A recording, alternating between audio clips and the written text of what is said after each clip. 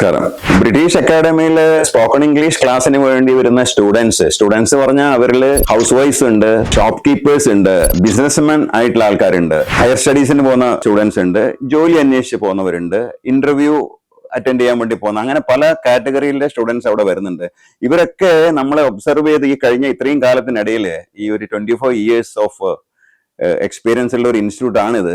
അപ്പം നമ്മൾ faculties observe ചെയ്ത ഒരു പ്രധാന സംഗതി, why they hesitate to speak English. അവർ ഇതൊക്കെ പഠിച്ച് ഇംഗ്ലീഷ് ആസ് എ സബ്ജക്ട് പഠിച്ച് വന്നവരാണെങ്കിൽ കൂടി, ഈവൻ ഗ്രാജുവേറ്റ് ലെവലിൽ പോലും പഠിച്ച കുട്ടികളാണെങ്കിൽ കൂടി, അവരുടെ പ്രധാന 3-4 പ്രശ്നങ്ങൾ നമ്മൾ ഒബ്സർവ് ചെയ്തിരിക്കുന്നത്, one is the fear of mistake. തെറ്റ് വരുമോ എന്നുള്ളൊരു ഭയം.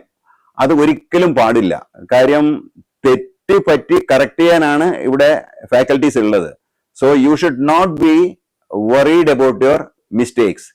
നിങ്ങൾക്ക് തെറ്റ് പറ്റുന്നുണ്ടെങ്കിൽ അർത്ഥം you are trying to speak English. ആ കറക്ഷൻ നിങ്ങൾക്ക് നിങ്ങളെ കറക്ഷൻ നമ്മൾ ചെയ്തിരിക്കും. അപ്പൊ ആ ഇന്ററാക്റ്റീവ് സെഷനിൽ അതൊക്കെ നമ്മൾ റെക്ടിഫൈ ചെയ്യുന്നുണ്ട്.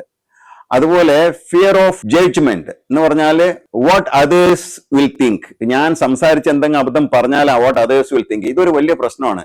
ഇതൊന്നും നിങ്ങൾ അലട്ടേണ്ട കാര്യമില്ല. Because you are here for practice. നിങ്ങൾ ഒരു കാര്യം പഠിക്കാൻ വന്നത് അതിപ്പോ സ്വിമ്മിംഗ് ആയാലും ഡ്രൈവിംഗ് ആയാലും, you always make mistakes. So mistakes are the part of learning. തെറ്റുകള് എന്ന് പറഞ്ഞാല് അതിന്റെ ഭാഗമാണ്, ലേണിംഗിന്റെ ഭാഗമാണ്. സോ അതിനെപ്പറ്റി നിങ്ങൾ ഓവർ കൺസേൺഡ് ആവാൻ പാടില്ല. സോ അതിനുള്ള പ്രാക്ടീസുകളൊക്കെ നമ്മളെ റെഗുലർ പ്രാക്ടീസ്, ഇന്ററാക്റ്റീവ് സെഷനിൽ ഇതൊക്കെ നമ്മൾ ഈ ഒരു അക്കാഡമിയിൽ ഇതൊക്കെ റെക്ടിഫൈ ചെയ്യുന്നുണ്ട്. സ്റ്റുഡൻസിന് ഒരു ഫ്രീ ഓപ്പർച്യൂണിറ്റി കൊടുക്കുന്നുണ്ട് സംസാരിക്കാനുള്ള.